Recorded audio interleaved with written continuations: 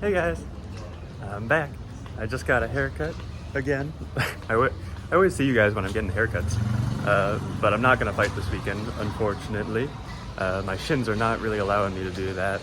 It's not healing up so quickly, and I keep working out even though they're not healed. So it's partially my fault. And tomorrow I am leaving Hua Hin. So I'm going to get a bus to Bangkok and then stay there for a night, and then I'll be taking a plane this time up north to Chiang Mai, as opposed to a bus or a train that I've taken in the past. I decided to do an American this time and just pay an extra couple of hundred baht for a plane and save 13 hours on the train ride. I think it's probably worth it.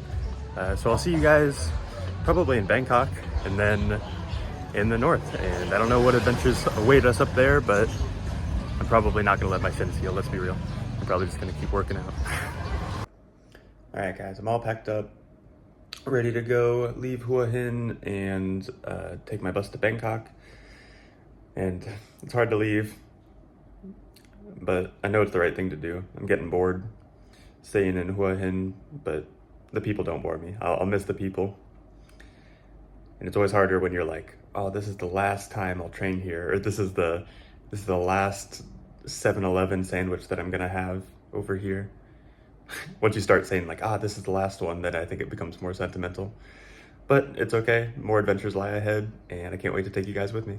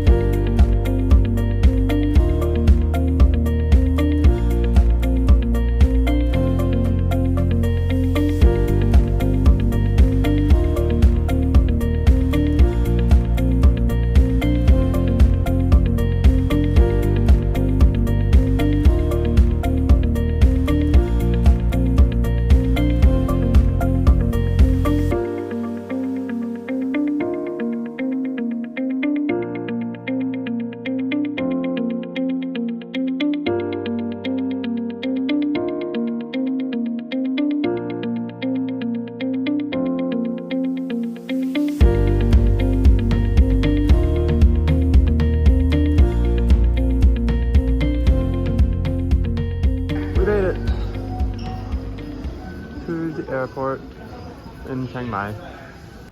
Hey guys, I'm walking through the streets of Chiang Mai, pretty close to like downtown. I'm in the square. I've been here for a couple days now, not doing much, mostly just chilling at the hostel and trying to meet new people. I met a guy from Turkey the other day, met a girl from Spain, Poland. Polish guy just dyed his hair. He just went to the store and got blonde hair dye and red hair dye, and then dyed his hair, and it kind of came out purple. So he doesn't like it, and he wants to dye it back black now. But that's probably not a great idea. So I'll show you guys that for sure. Yeah, I was just checking in because I'm just kind of relaxing and vibing at the hostel. I've discovered that I kind of usually want to book a hostel when I'm trying to like meet new people, but then if I don't want to meet new people, or if I'm just like, I don't know, if I'm just in a town for a little bit, I'll book a hotel room because I don't want to talk to anyone. Introverted problems.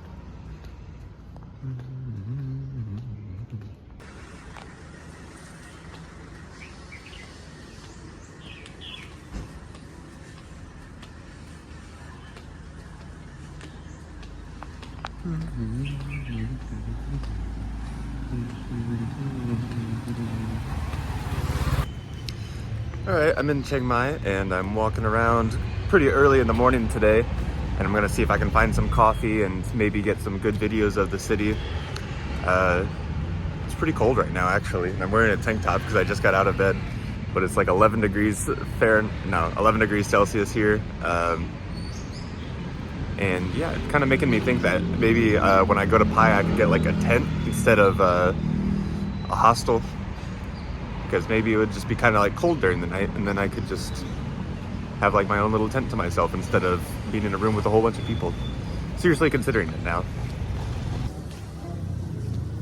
I don't know if you guys can hear that, but I'm walking by a temple right now and the monks are chanting, doing their morning prayer, their morning meditations. So that one of the monks just has like a loudspeaker and a microphone and he's just chanting whatever, and everyone's gathered along.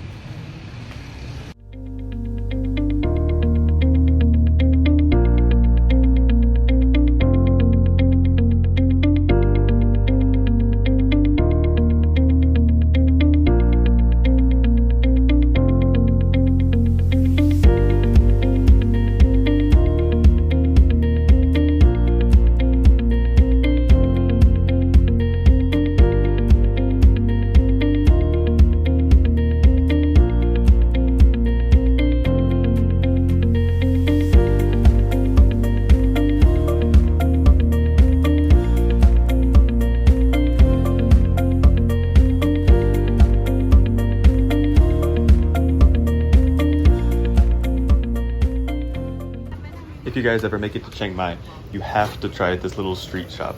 It's called the Cowboy Lady. It was actually made famous by Anthony Bourdain. Came to Chiang Mai and tried this place out, and it has the most tender roast I've ever had in my life. It's pork, and they just serve it with rice and I think a boiled egg, and it is absolutely melt in your mouth. So good. I have it 2 or 3 times each time I'm there, and it's only like 80 baht for a big plate, but if you walked past it, you would never know that it's super famous and really, really great food. So definitely got to try it when you're out here. It's my last day in Chiang Mai. I'm taking a bus to Pai tonight, and I don't know, this time in Chiang Mai was a lot more chill. Like I just spent a lot of time hanging around with people from my hostel. But I don't know, it felt very touristy this time. Last time I was here, it felt like I could like go around and explore stuff, but this time it just feels very bland. I feel like I don't really want to go around exploring stuff. I feel like I've already seen like all the temples. Once you've seen like 2 or 3, they're kind of all the same. And I can't train right now. I can't do Muay Thai because my shin, I think I probably have a stress fracture or a hairline fracture in my right shin. So I really want to let that heal first. So yeah, I don't know, it kind of leaves me in a lot of weird situations, kind of bored. I wasn't like a huge fan of like the people I was hanging out with the hostel, so I didn't really want to like do stuff with them. But yeah, I'm going to Pai tonight, and I rented out a tent actually instead of a hotel room or a hostel room, so I'll let you guys know how that is. And I think it'd be the worst place ever to take an acid trip, but I'll have to show you guys when I arrive. Found a gym, guys. It was inevitable.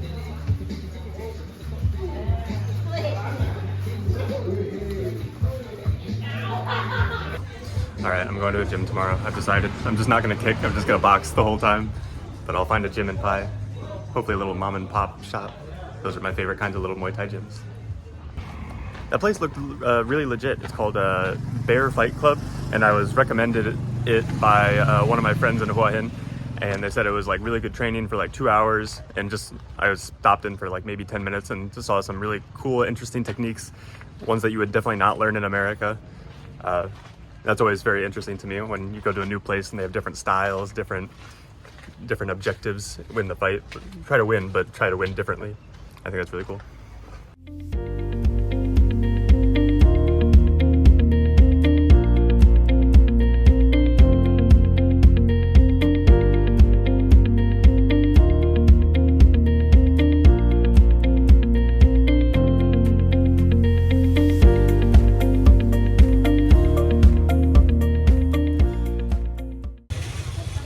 I just got off the bus in Pai and went and stopped at a food place.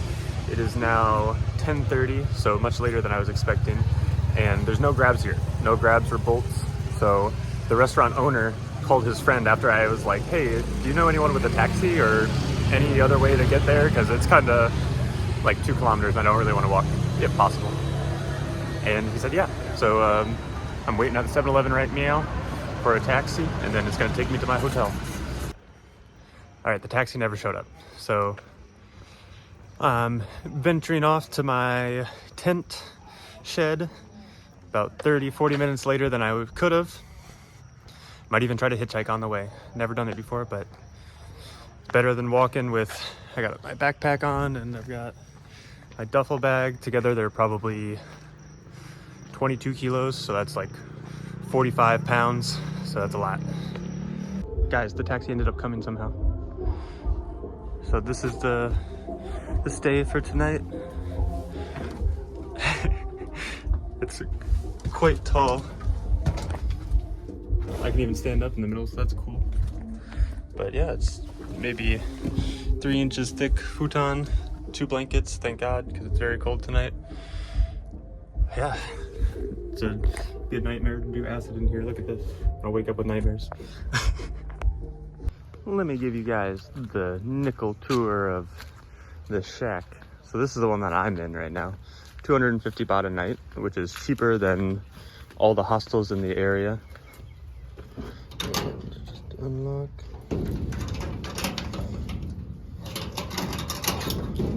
And that's it.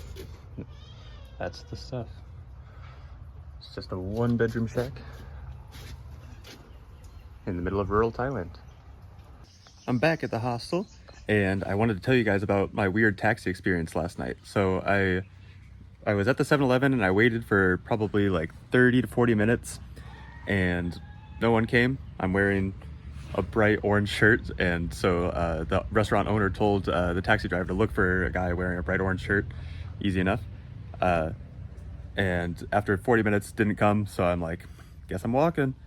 And I get maybe halfway there and I'm like calling my parents, just talking to them with like my last little bit of battery left.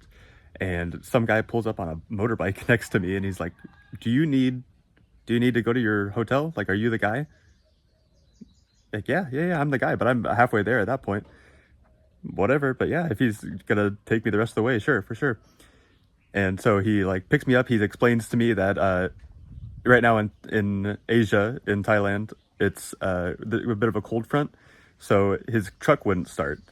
So after he couldn't get his truck to start for like half an hour, he got on his motorbike and tracked me down along the road and then drove me to my hotel. And I'm like, thank you so much. Like, let me pay you for sure. Absolutely. Because at that point he's taken out like an hour of his day at 10-11 at night. And I'm like, I'm so grateful for that. Thai people are so kind, and he would not let me pay him. But I really tried. But that was just so weird and so crazy to me. I was just about to start hitchhiking, but I didn't need to. And the hospitality of Thailand has treated me well once again.